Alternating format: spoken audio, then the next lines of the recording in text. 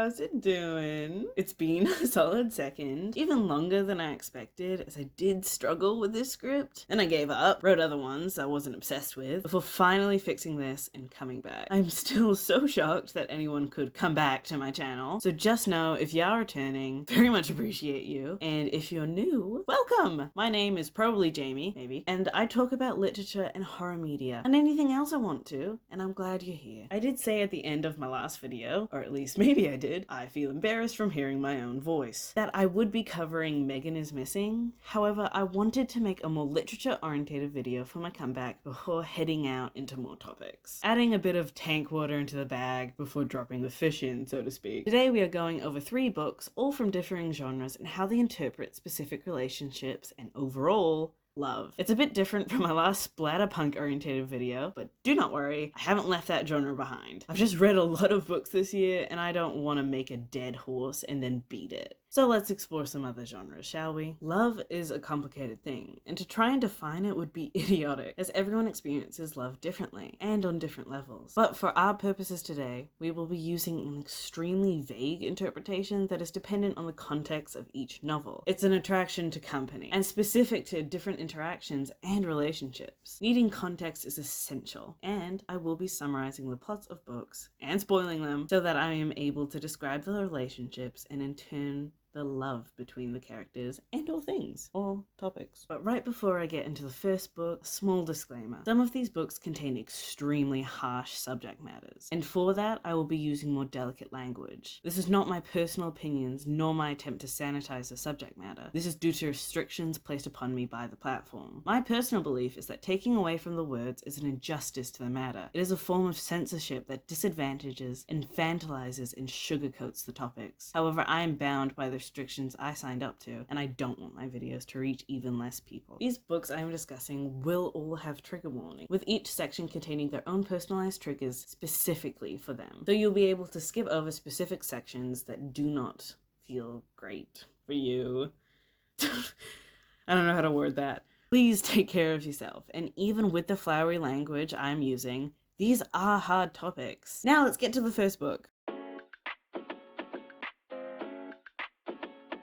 Vanishing World is speculative fiction written by one of my favorite authors, Sayaka Murata, famed for her book Convenience Store Woman and Earthling. Japanese sounds weird with my accent. And just know I'm trying my best. You should hear me try and pronounce Chinese words. It will disgust you, quite honestly, but Lord knows I am trying, and I will continue to try. Our main character is Amane, who is born into a world where sex is no longer common, unless so is a birth by natural conception. Amane tries to adapt to the world, while her mother openly rejects it and discourages her daughter from attempting assimilation, saying she is cursed by sex. Amane is one of the few people left who engages in the act, in some of the weirdest and unsexual sex scenes I've ever read. Sayaka Murata has this almost medical, sterile depiction of such actions, which although it can come off as peculiar, can help with isolating her point, and is a part of a prose I personally adore. Amane grows up into a functioning adult within a society, although her sexual desires still torment her, and marries a second time after her first husband tries to sleep with her, an act of which is disgusting in this book, as marriage is seen as a union of blood, making such a thing incest. Second marriage goes wonderfully, up until her husband experiences heartbreak, needing to break up with his mentally unwell girlfriend. Amane suggests after such tragedy that they should go to Experiment City, a place where marriage and the family unit doesn't exist, and everyone, men and women, give birth to their children to be raised anonymously within the community, all being called Domochan. Her husband agrees, so off they go, although they try and stay within their marriage secretly, and get pregnant using each other's gametes. Amane then unfortunately loses her baby, but her husband is the first man to ever give birth successfully, and although Amane tries to form a bond with a biological child, by the time the baby is born she's completely assimilated within the Experiment City, and finally accepts her baby is just another Kodomo-chan. The final chapter then has her kidnapping her mother, and having sex with a grown-up Kodomo-chan because Sayaka Murata can never write a sane ending. God forbid. Absolutely insane ending. But what does it mean? What does any of this mean? Especially in relation to the idea of love. Well, personally, I believe Vanishing World is an exploration of family dynamics, sexual, platonic, and romantic attraction, and specifically how asexuality interacts with love. Going into this book, I heard it was dystopia, my favorite genre to ever exist. But This book doesn't fall into that category. Murata's future is eventual, where society becomes so advanced that we become a fully communal species, no longer fostering one-on-one relationships, but rather a relationship with our society. It's not enforced by fear or overwhelming positivity, but rather lack of need for the traditional family unit. Amane is an anchor to tradition with her sexuality, yet can still adapt and fulfill her place in the new society. It's not the perfect future, but neither is our current society. We're forever adapting and challenging our dynamics, and this book just pushes it to the extreme with Amane's individual love becoming communal via the change of said dynamics. Murata, along with her love of dismantling the dynamic, which I made foundational within our society, loves to explore asexuality. Take a shot every time I say society and you'll end up with your stomach pumped. Asexuality is present within this book, but in a reversed way. Amane is made to feel broken, cursed, and disgusting for her interest in sex, with it being a major part of her needs in relationship. This then causes her boyfriends to break up with her as they're not comfortable with the presence of sex within their relationship. I personally find this as a reverse asexuality dynamic, with her being a sexual being in an asexual world. She deals with the presence of her sexuality in a way reminiscent of how many people approach their asexuality, and in the end is the one thing that, regardless of dynamics put upon her, she cannot remove. It's not a reach, as Murata loves asexuality within her writing. I also think it's a way to isolate the reader, who is most statistically not asexual, to understand and empathize with Amane's feelings and the struggles of being different in a world that demands something of you. How Amane is sexual in a world devoid of sex and intense demonization of it makes Amane herself seem unclean and broken, which is a common feeling for asexual people, who, with our society rampant of sexuality making the antithesis seem broken or inhuman. However, sex is not love, and with Amane being a stand-in for her sexuality, we find a certain empathy to her love. She loves her husband, she loves characters from TV, she loves Kodama-chans, but as we see in the ending, no amount of assimilation or change in dynamics can remove an inherent sexuality. But that doesn't make her wrong, nor does it make her broken. And although I believe it's a wonderful depiction of the isolation and self-hatred, as well as the eventual liberation tied to asexuality, it's not all sunshine and rainbows. Amane is not a good person. She's within a cycle of abuse inflicted upon her by her mother, which I think helps her adapt in the future to a society without the traditional family unit. As a child, Amane's mother was adamantly against the sexless society and tried to get her daughter to follow her own strict ideals while ignoring or admonishing Amane's feelings, rather focusing on her own reality than the truth of her child, even ignoring Amane's abuse by her husband, which was not consensual and by society is incest, and saying Amane should get over it. This is not love, something Amane's mother is completely infatuated with, and yet she cannot find it in her heart to change for her daughter. In the end, Amane reflects her own mother's treatment of her, forcing her mother into a society she hates by force without empathy. She then furthers the cycle of abuse with the Kodama-chan, selfishly enforcing her own ideals and wishes upon her child, although more physically. I read the ending on the train to work, and I felt so dirty. I shouldn't have done that in public, I feel. I was not expecting it. Vanishing World has so many depictions of love and sex, and challenges our future from its set path, which can be quite disorientating on your way to stand for 7 hours and stare at the wall as Baby No Money plays adamantly behind you on repeat, because that's the only source of happiness you can get throughout your whole day. In other words, it can take time to digest. However, when you do see what's underneath all the confusion, you are treated by complex depictions of sexuality and abuse that expands and challenges our perception of familial dynamics and love. And isn't that the perfect description of speculative fiction? To question our set path and propose a future that goes against our ideals, future, and nature. To question our fundamental basics. And what more can exemplify that by questioning love itself? I've tasted blood and I want more. This book was recommended to me within the comments of my last video. When I saw it on the QBD shelves, I instantly got it. I had heard it was intense, but not quite the extent. And oh god, did this book humble me quickly. Exquisite Corpse was written in 1996 by Poppy Zebright and was initially turned down from publication due to its violent nature, which if you've even sniffed close to this book, you'd understand why. I started reading this book, unfortunately, in a doctor's waiting room, and I proceeded to shove it right back in my bag and stare at the wall in shock. It carries grotesque depictions of torture and murder and essay with such a nihilistic, hopeless nature that completely enthralls you. We follow a collection of perspectives perspectives and characters, although our main character, distinguished via the first-person perspective, is Andrew Compton, a perverse serial killer on life sentence for the murder of several boys, of which he assaulted while dead. He never ate his victims, although he did ingest fluids by them. If you haven't left yet, I'd go now.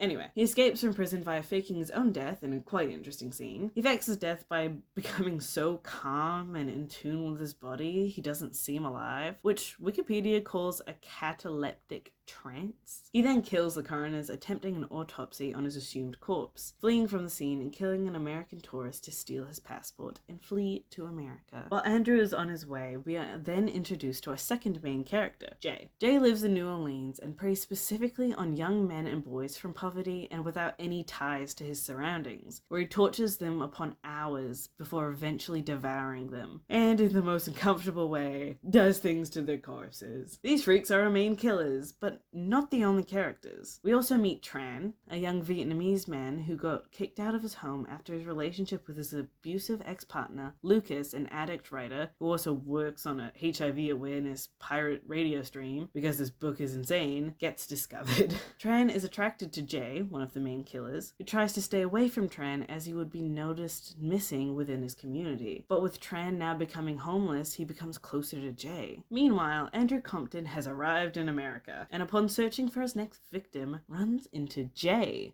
also on the prowl.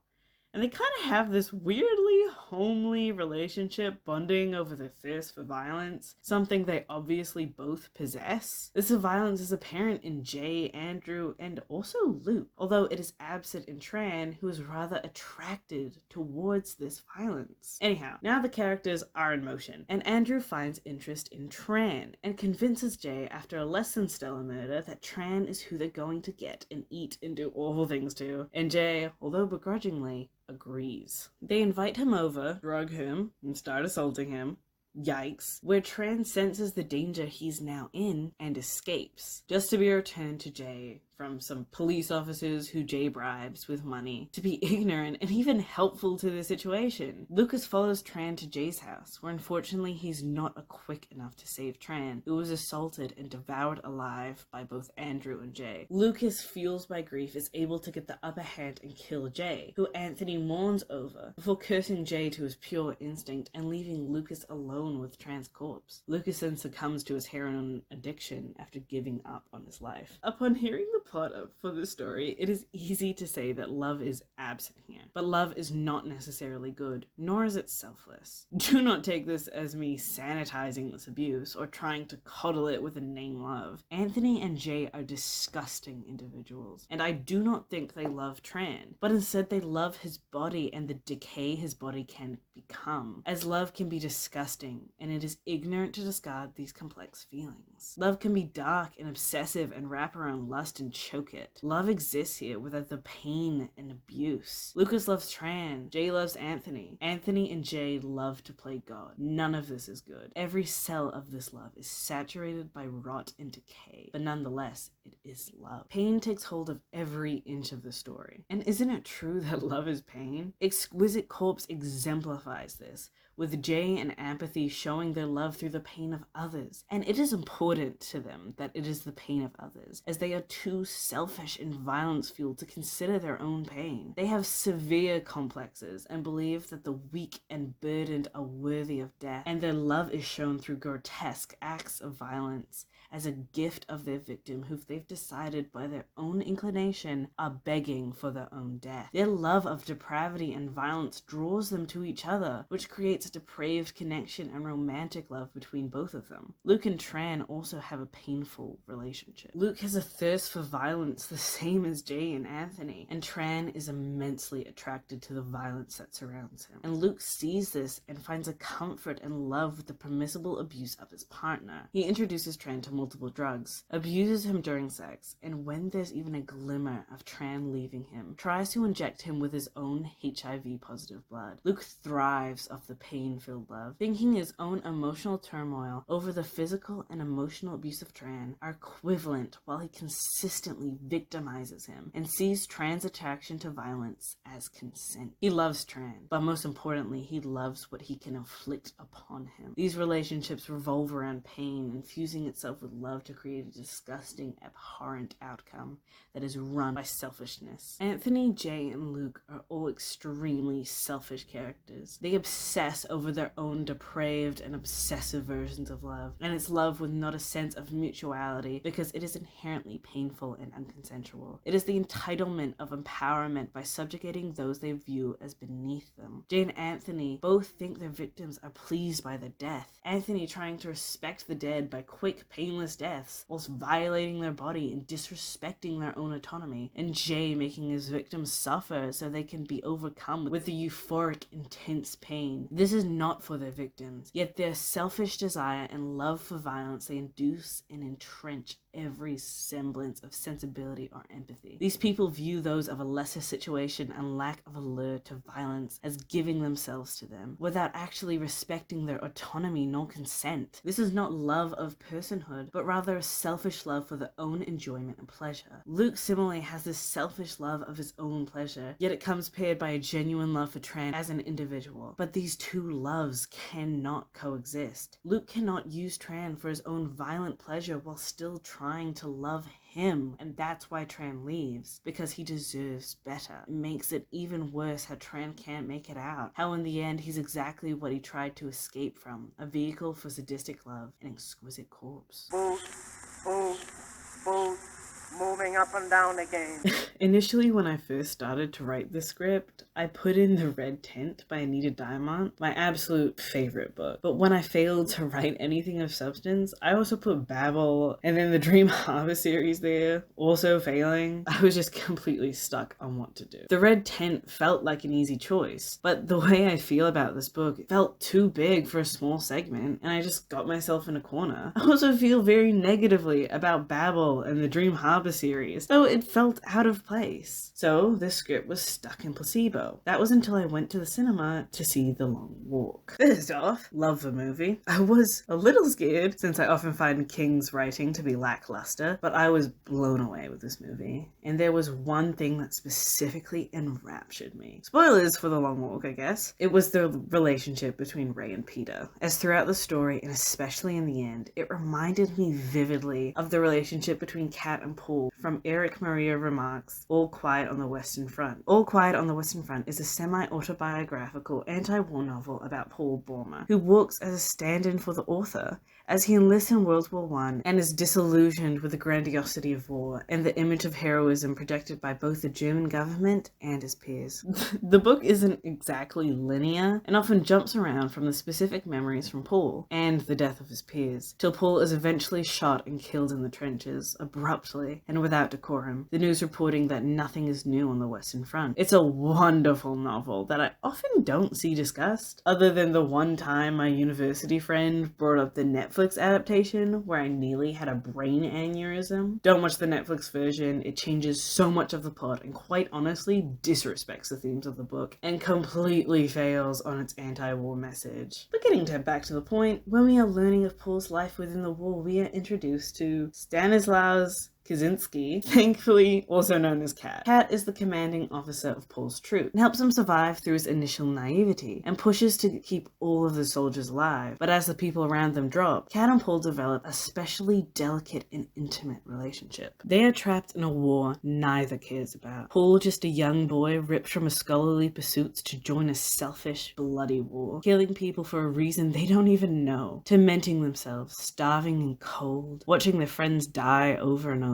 where boots outlive men, and yet Paul and Kat are together. Quote, "We sit opposite one another, Kat and I, two soldiers in shabby coats, cooking a goose in the middle of the night. We don't talk much, but I believe we have a more complete communion with one another than even lovers have," end quote. Paul and Kat have experienced all these traumas, guiding each other in multiple ways, and they are the loneliest men in the world with each other. Quote, "What does he know of me or I of him? Formerly we should not have had a single thought in common. Now we sit with with a goose between us and feel in unison. We are so intimate that we do not even speak, end quote. They embrace each other with warmth and companionship as death looms over, because they need to. A dependence that is splattered with blood, with the comfort of a lover, yet so overcoming and close it's as if they're the same. Their lives have been stolen by war. Paul will never be a poet, a father, nor will he ever be a true lover. And in these instances with Kat, he is complete. This is not romantic nor sexual love. Paul doesn't get such a privilege and longevity. Instead, it's darker, grotesque, and prevailed by the bodies who didn't even get half the chance. But it's still love. And in that regard, it's a love even closer than God. Which is why Kat's death is devastating. He's carried for miles by the person close to him, unaware of the tragedy upon his shoulders, long away from this world as Paul digs in the earth with each step, only to realize he was alone the whole time. And he has lost the only person who could ever truly mourn him. The only person who could ever know who Paul was and who he could be, and he died on his back. Paul never looking back as he takes him out of hell, only to realize Kat was never even behind him. In The Long Walk, the movie specifically, I don't read Stephen King because he keeps describing women by their breasts, we see this exact dynamic once again, but faster. Pete and Ray are connected by their trauma, which in itself is a metaphor for the Vietnam War. We see the same mental dynamic between them as Peter changes Ray's perspective and urges him forward. He's seasoned by trauma in a way that festers within Ray, and they become close in a familiarly intimate way. They both want change, but Peter refuses to externally change the corrupt system, instead wishing for two winners. He also states that when his time comes, he will simply stop walking and take his ticket, reminiscent of Kat's finality within war, almost waiting for the death that he has escaped for years. However, when push comes to shove, Ray forces Pete to walk further, not leaving his companion behind and leading him with embrace. Before Ray stops, he will receive someone to mourn him, truly. And Pete screams his love, which is repeated by Ray, both forever changed and never stepping a foot out of the hell around them. Pete is instantly washed of the illusion of change internally, cleaned by the blood of his loss, and decides finally to become the change that has enveloped them. Two different stories, two winners, two losers. I do want to say specifically that I have gone out of my way to not use romantic labels, nor say that these are gay relationships. This is simply because, one, I feel as if it simplifies the relationships of these characters as romantic feelings to be the connector and amplifier of their autonomy, and two, Paul Bäumer is a self-insert of a real person, and Kat was almost most definitely real, and I refuse to speculate on the sexuality of a real person. I have connected both of these stories to the myth of Orpheus and Eurydice, which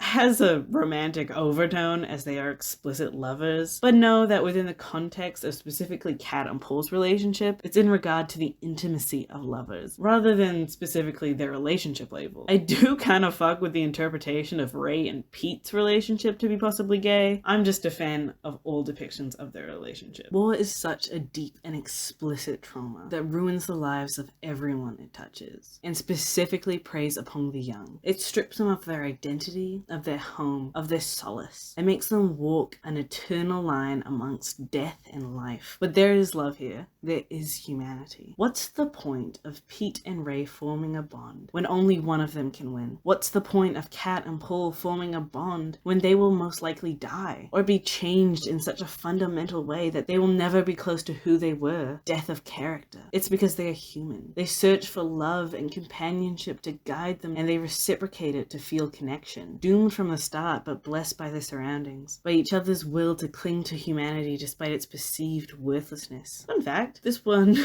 was so deprived of jokes, I had to actively rewrite the past sections to maintain a consistent tone. But this is my favorite section and a half.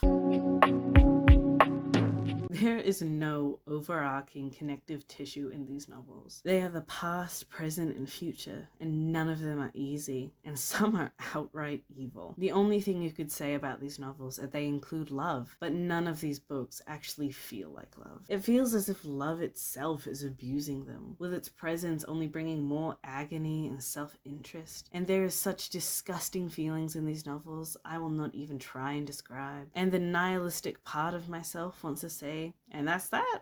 The world is cruel. But But that isn't true. Life is cruel, don't get me wrong, but we don't need to be. We can be better, educate ourselves, and respect people. Love isn't easy. We are sensitive creatures, and sometimes we hurt people we love, but we can change and we can heal. These depictions of love are important. It's important to see antitheses of healthy relationships, cycles of abuse, differing sexualities and perspectives, as well as tragic bonds formed upon trauma, so that we can avoid them, heal them, and enjoy the taboos of them. I hope you have enjoyed this video. It took me multiple rewrites and hours of my time. I recorded this script 3 times over just to get any semblance of anything good. If you have any suggestions for future videos or opinions on the topic or the art that I spent hours drawing and changing, please put them down below. I love reading every single one of your comments. They're the only reason I came back. And shout out to the guy who said my audio is ass. I know, I'm sorry, I record all of this on my phone, and my phone is currently on my stack of dystopian novels, trying to use that as a microphone stand, and my cat in the back has been snoring this whole time. I'm sorry if you heard that, but I am trying my best. I'm kinda Jamie if you squint, and I hope you'll join me next time.